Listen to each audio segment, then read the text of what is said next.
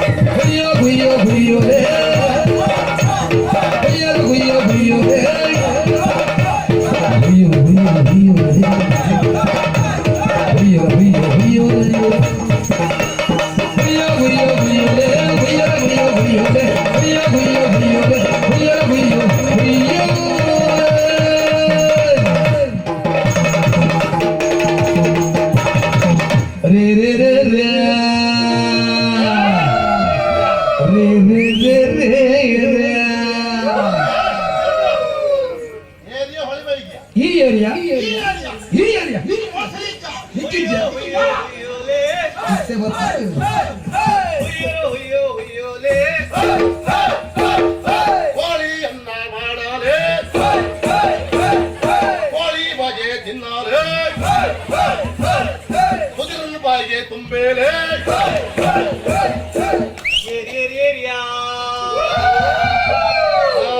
ಈಗ ಏರ್ತದೆ ಇನ್ನು ಒಂದು ತಿಂಗಳು ಹೋಗಲಿ ಇಳಿ ಇಳಿ ಇಳಿಯಲೇ ಇಳಿತಾ ಇರ್ತದೆ ಈಗ ಸಣ್ಣ ಚಳಿ ಬಿಟ್ಟು ತೊಂದ್ರೆ ಬರ ಇಲ್ಲ ತಗೊಳ್ಳೋದ್ರ ನೀವು ಒಂದು ಹುಡುಗ ಬರ ತಗೊಂಡು ಕುಳಿತಿರ್ತಾರೆ ನಮ್ಗೆ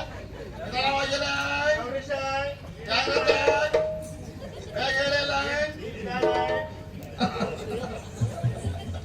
ಪಾಪ ರೈತೆ ಏನ್ ವಾಸುಕಿ? ನಿನಗೊಂದು ಬೇರೆ ಕೆಲಸ ಇಲ್ಲ ಕೇಳುದ? ಯಾಕೆ? ಒಂದು 4 ಮಕ್ಕಳು ಇರ್ಲಿಕ್ಕಿಲ್ಲ.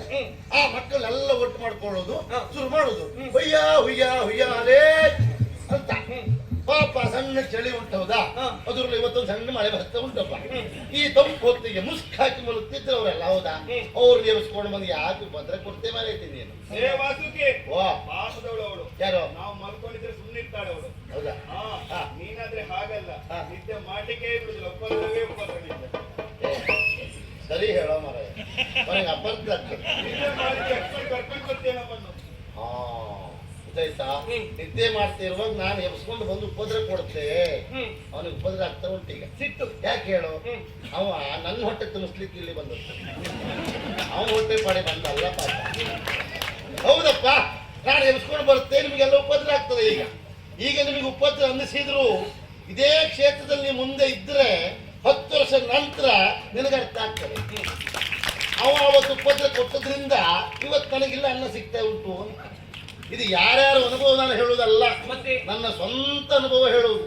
ನಿಜವಾಗಿ ನಿಮ್ಗೆಲ್ಲ ಯೋಗ ಮಕ್ಕಳು. ಯಾಕೆ? ಈಗ ಯಾವ ರಗಳಿ ಇಲ್ಲ.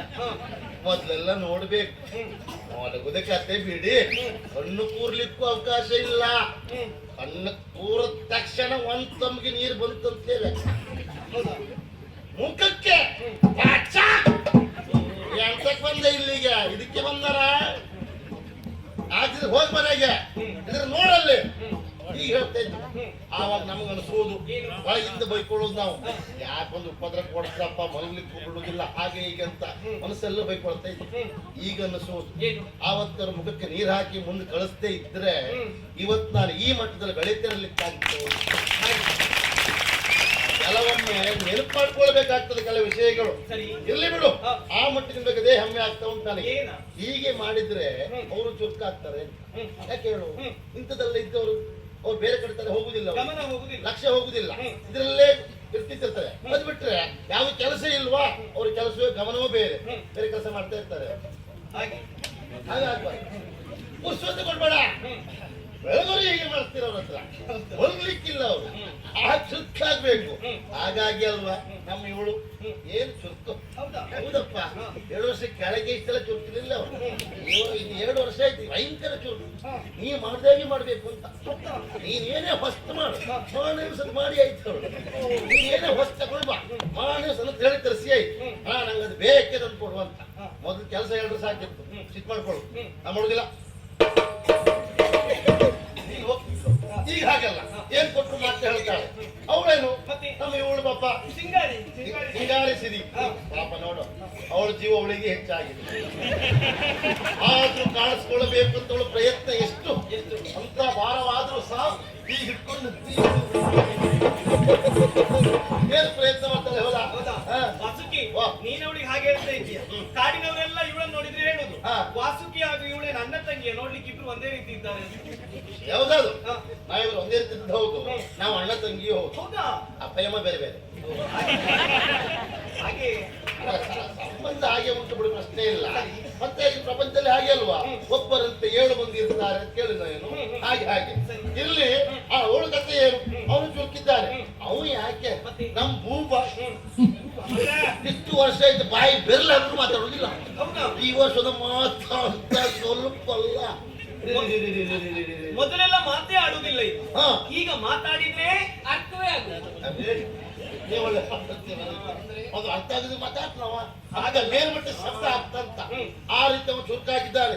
ಸಂತೋಷ, ಹಾಗೆ ಮಾಡಿ ಒಳ್ಳೇದು. ವಾಸುಕಿ, ನಾವೆಲ್ಲ ಇಷ್ಟು ಜೊತೆಯಾಗಿ ಕುಣಿದಾಡಬೇಕು ಅಂತ ಆದ್ರೆ ಅದಕ್ಕೆ ಕಾರಣ ಯಾರು ಹೇಳು? ಹಿರಿಯವನಾದ ನಿನ್ನ ನಿರ್ದೇಶನ ಇಲ್ಲದೆ ಇರ್ತಿದ್ರೆ ನಾವು ಹೀಗೆ ಜೊತೆಯಾಗಿ ಕುಣಿಯುವುದಕ್ಕೆ ಸಾಧ್ಯ ಇರ್ತೇನೋ?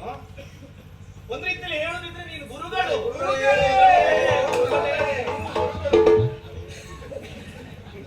ಈ ಶಬ್ದ ನಂಗೆ ಆಗುದಿಲ್ಲ, ಯಾಕೆ? ನಂಗೂ ಆಗುದಿಲ್ಲ, ನನ್ನ ಗುರುಗಳಿಗೂ ಆಗುದಿಲ್ಲ.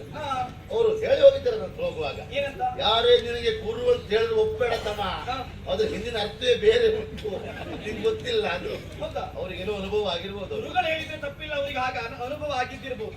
ಆದ್ರೆ ನಾವೇ ಕೇಳುದು, ನಮ್ಮ ಈ ಕೂಟದಲ್ಲಿ ಈಗ ನಿನ್ನಷ್ಟು ಹಳೆ ತಲೆ ಯಾರಿದ್ದಾರೆ? ಇರೋದ್ರಲ್ಲಿ ಹಳೆ ತಲೆ ಈಗ ನೀನೊಬ್ಬನೇ.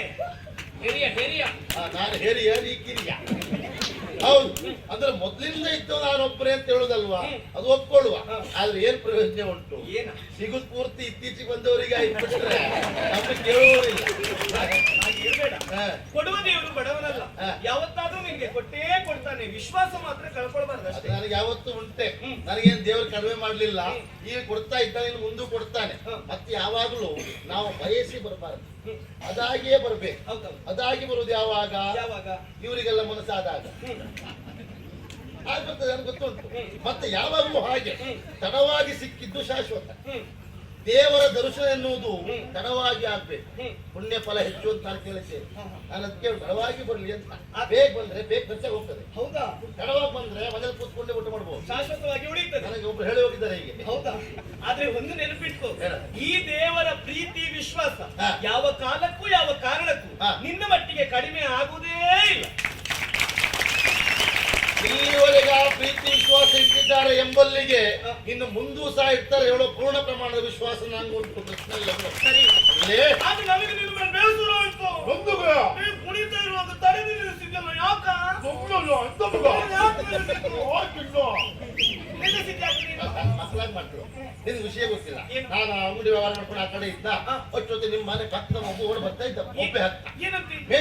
ಮೇದಿನಿಯಲ್ಲಿ ಕೇಳಿದ ಈ ಜಾತ್ರೆ ಪೇಟೆಯಲ್ಲಿ ತಿರುಗ್ತಾ ಇದ್ದಾರೆ ಮಕ್ಕಳು ಒಟ್ಟಿಗೆ ನಂಗೆ ಗೊತ್ತಿಲ್ಲ ಮಾರಾಯ ಅಂತ ಹೇಳಿದೆ ಅಯ್ಯೋ ಆದಷ್ಟು ಬೇಗ ಮನೆ ಬರಬೇಕು ಮನೆಯಲ್ಲಿ ಅಪ್ಪಯ್ಯ ಒಬ್ಬರೇ ಇರೋದು ಭಯ ಆಗ್ತಾ ಇದೆ. ವಾಸುಕಿ ಏನಾಗಿರ್ಬೋದು? ಅವ ಹೇಳುವಾಗ ಗಾಬರಿಯಿಂದ ಹೇಳ್ತಾ ಇದ್ದಮ್ಮ ಒಂದು ಕೆಲಸ ಮಾಡುವ ಅಂಗಡಿ ವ್ಯವಹಾರ ನಿಂತು ಕೊಟ್ಟಿಲ್ಲ ಎಲ್ಲ ಒಟ್ಟಾಗಿ ನಿಮ್ಮ ಮನೆಗೆ ಹೋಗುವ ಬನ್ನಿ.